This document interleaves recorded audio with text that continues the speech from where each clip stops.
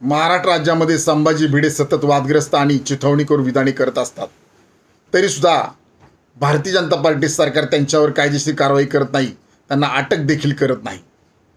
परंतु आता परत त्यांनी रयतेचे राजे शिवाजी महाराज यांच्याबद्दल धक्कादायक विधान केलं आहे.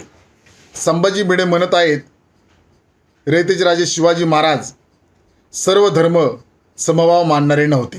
हे अत्यंत धक्कादायक विधान आहे.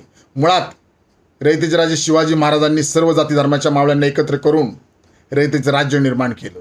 त्यामुळे मी स्वतः आता संभाजी भिडेंनाच प्रश्न विचारत आहे, मध्यंतरी तुम्ही रयतेचे राजे शिवाजी महाराज यांच्या सिंहासनासाठी पैसे गोळा केले होते आणि हे सिंहासन 32 मन सोन्याचं करणार होते. मग ते पैसे जे मध्यंतरी जे गोळा केले होते ते पैसे कुठे आहेत हेच तुम्ही महाराष्ट्र राज्यातील जनतेला सांगा. एबीपी माझा, उघडा डोळे बघा नीट.